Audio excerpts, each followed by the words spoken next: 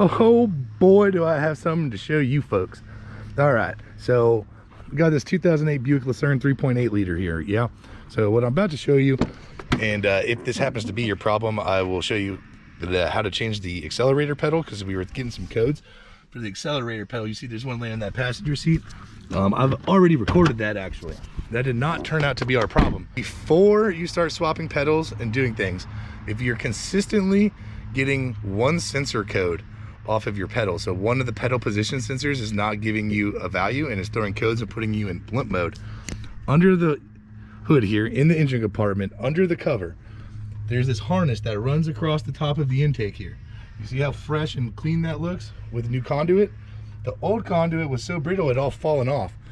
The 5-volt reference wire, which is a tan and black wire for the sensor 1 on the pedal, had melted and was shorting out right there every time the engine got hot. It would get just enough heat in it to sag down and arc. And as soon as we spliced that up, everything worked perfectly. If you're getting codes for both sensors, or you think your pedal's actually bad, keep watching. I'll show you how to swap it. I'll put a link in the description to a replacement pedal if you think you need one, but make sure you check that harness first, because it's gonna make life a heck of a lot easier on you, and it's a really tough problem to figure out. Today we got this 2008 Buick Lucerne here, and she's having some issues. So it's got the 3.8 liter in it, and yeah, let's take a gander at what's happening, and then we'll do a little code scan and see what we can figure out.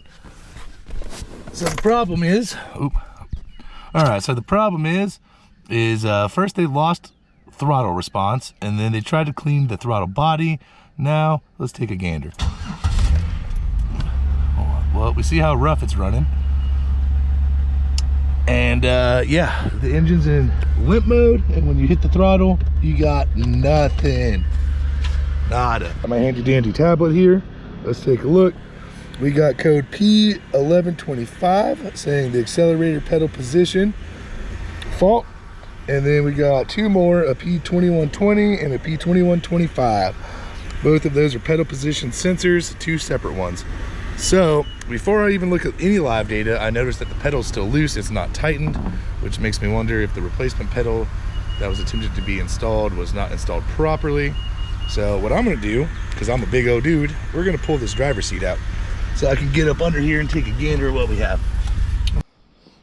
All right, there we are. Let's go see what we can find. This is a Rock Auto pedal, replacement pedal that he got. I'm gonna swap the old one back in and see what we get. For sure. All right, so funny how things work out. All right, swap the old pedal back in. Not totally convinced that was an issue. When we fire it up, right, we now have throttle. I think we've narrowed down our issue. So what we're gonna do is I'll show you how to remove and how to install this gas pedal here in a second. You see how I remove this panel. So it's got two 7mm on the bottom, and then you literally take those two 7s out, which they had already done. They're laying right here, and then you just grab it and yank it forward, and it will pop all these push pins out. So I'm gonna drop this little plastic here. We'll get access to that pedal so I can reinstall it entirely, and then we'll move ourselves to the mass. Then once we get this pedal reinstalled, we'll move over to that mass airflow sensor and figure out what we gotta do to fix that. All right, here we are with this throttle pedal install.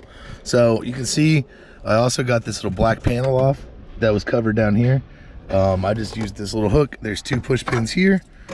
Falls right off. Unplug this plug to the light, and voila, it's out of your way.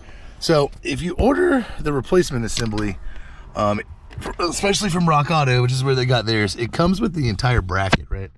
This metal bracket here. And it has three 10mm nuts that hold it. So you have one here, and one way up here at the top, that you can hopefully see right there. I can't even reach that one with my big old hands, so I'm gonna get my sister Brittany to reach up there and start that. All of those things being said, if you're swapping this pedal out, obviously they didn't know, they saw the bracket, so that's what they took off. But there's a 10mm nut here, right where my finger is at, and there's one right above it, so you can unplug this plug, and there's one up at the top that's much easier to get to, and you can just drop that pedal off of that bracket. That's probably the ideal way of doing this. In my case though, I got to get these 3 nuts retightened and torqued it down. So I'm gonna start doing that right now. Like I said, I'm gonna wait for one of these girls here with smaller hands, and they'll get that nut started on the top side for me, because they're real nice like that. But these ones aren't too bad. Yeah, I mean, that's all there is to it. And then obviously you have your plug over here with the depressor, so you just squeeze and unplug. Now I will say the Rock Auto pedal didn't even seem to work, so I'd probably try and go with an OEM if you're doing a pedal replacement. That's that if you're doing a pedal swap. If you're trying to figure out idle vibration, you can continue watching. I may cut these up into multiple videos, so if that's the case, look for the next one. But yeah, I'm gonna go ahead and tighten this back up, and then I'll stick the plastics back in, and away we go. Put the seat back in as well.